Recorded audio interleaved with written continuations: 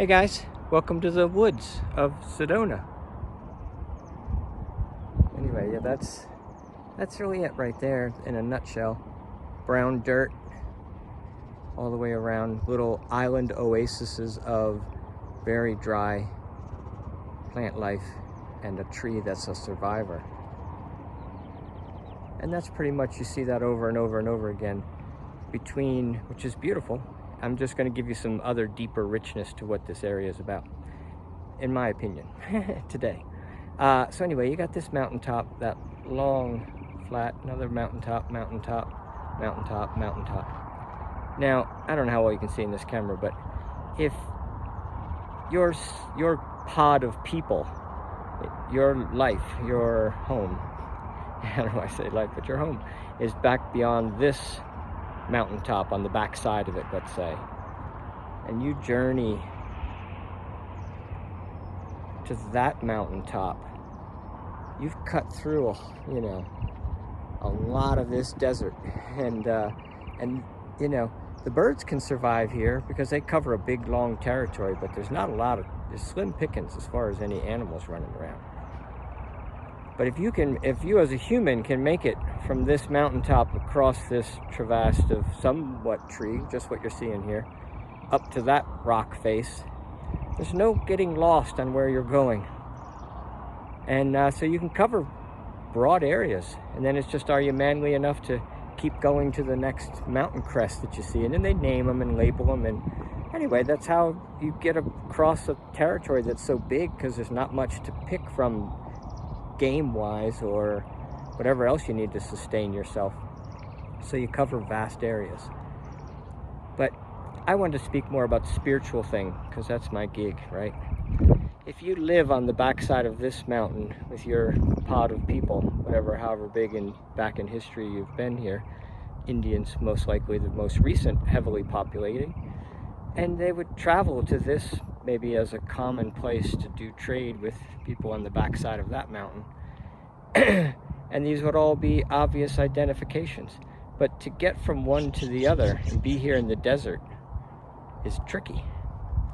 So there's not much to sustain you, so you need a big, vast area. And so people out here got a big, vast area when they were developing. We didn't jump out here first because it's like, well, this is the last spot we want to take. It's so cool to look at, though. Anyway, so from the spiritual perspective again, if you make it to the top of this mountain from your village and trading mountain, you really have accomplished something, and you've gone without, for sure. There's been sacrifices made crossing and getting up there, or even not even up there, maybe just this first plateau. And you're so much solitude from everything and everyone. Most all life. When you get up there, it's not this green. This is what they call the forest. but what you're seeing right now, right here, is pretty much it. And then you get to the, about that tree line, and then you got the top of the mountain is really barren. So if you make it to the top of that mountain and you're up there meditating, it's going to be beautiful. And you can really appreciate Mother Earth from here. There's so many positive things. And so in Sedona, they've popped up all kinds of meditation and psychic reading and things like that. But what you're looking for to sort of escape, if you want to call this life, up into the mountain, to have seclusion from life's troubles, people, struggle. You're going to make a struggle to get there, but you're going to get some worthiness by the time you get to the top of that. Right? So you feel worthy, you feel like you've accomplished something, you've left everything behind on so many levels, and there you are on that mountain, and it's going to be blissful. So there's a lot of spirituality that was always talked about in these mountains, and the whisperings that came to Native Americans, I guess we'd use them as an example, but the planet's been here for, billions of years. There's been all kinds of, and there never isn't energy on this planet, whether they're, living like humans now, or energy beings who are still here also that we don't get to see. There's so much more going on. This is just an energy frequency ball we call planet Earth, one of a gazillion other planet Earths around the galaxy.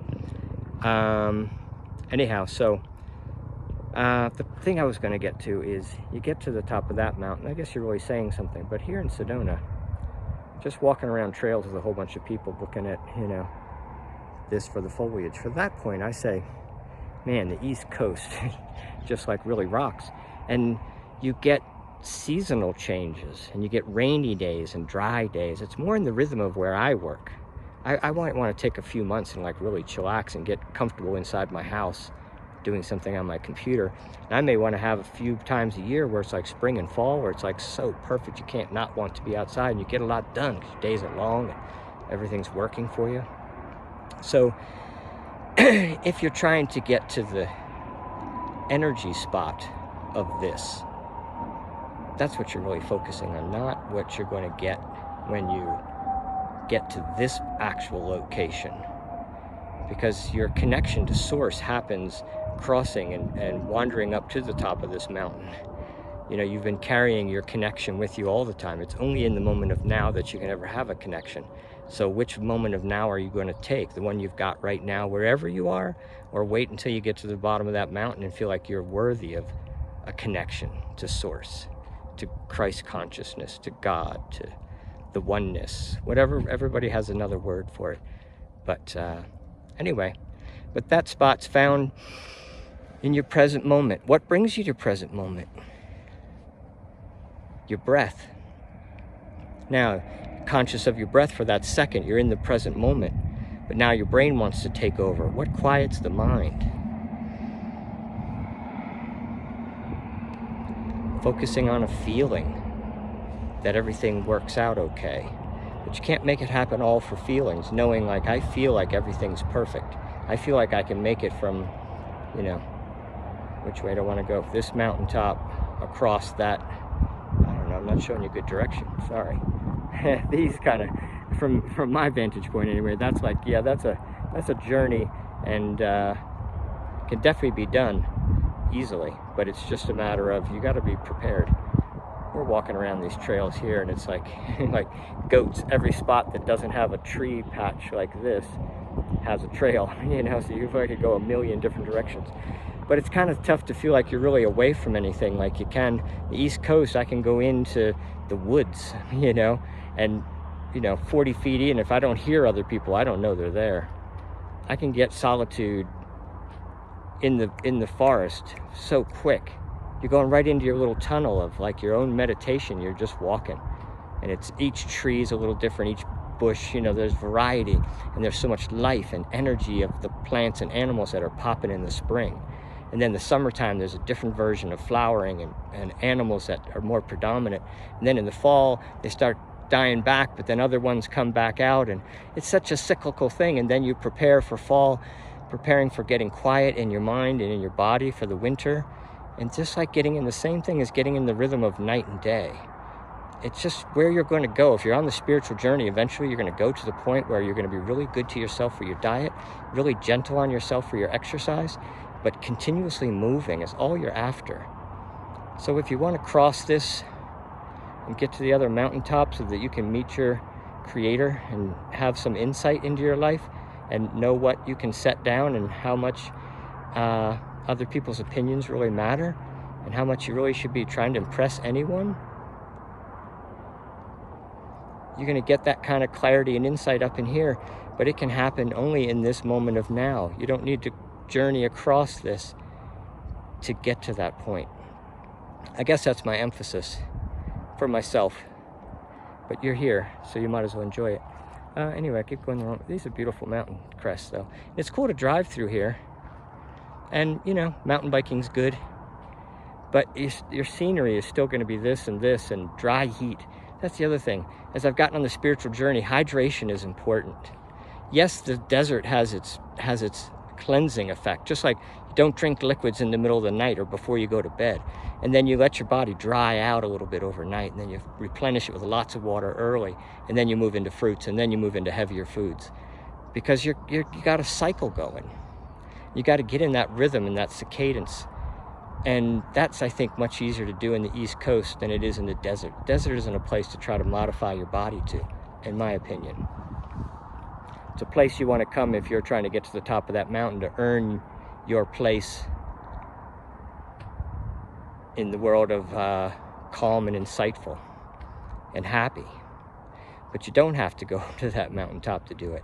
You need to go within. So going within is found easier, I find, in the jungle.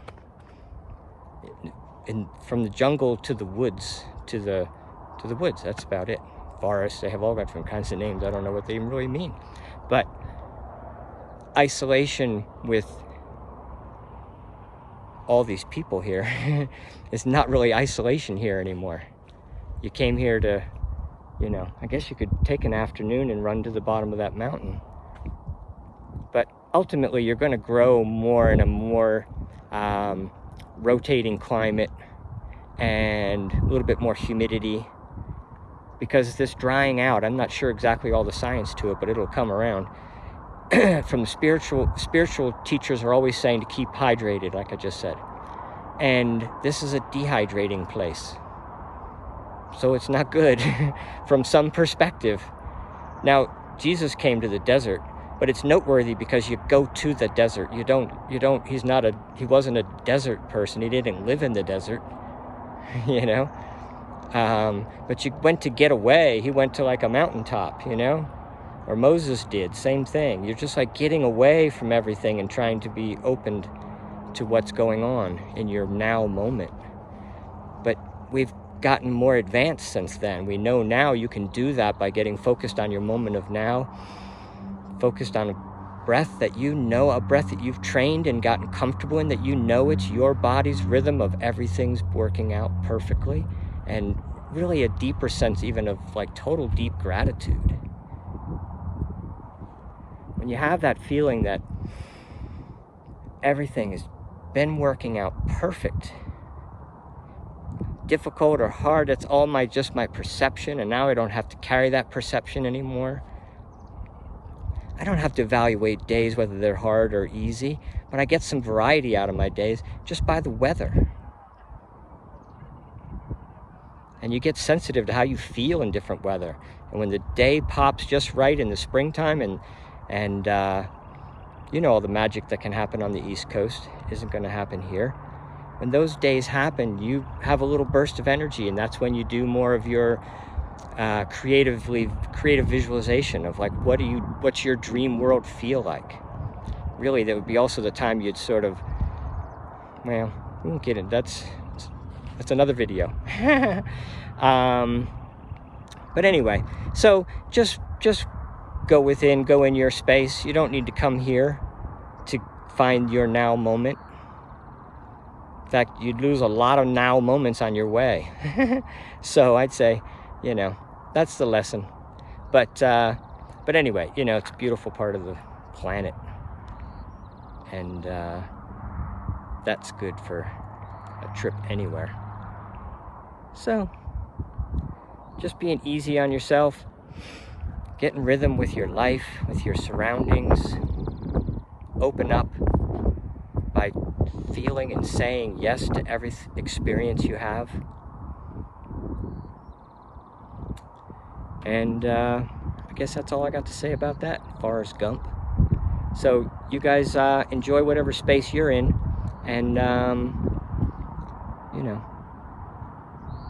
realize you don't need to go here. I guess that's my conclusion.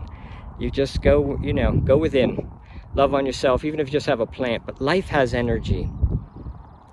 Rocks have energy too. But I think that life and plants and, you know, here's the bottom line. Go to your cat or dog or something you can experience unconditional love with. You need to feel unconditional love, and it doesn't matter what you feel it for or about.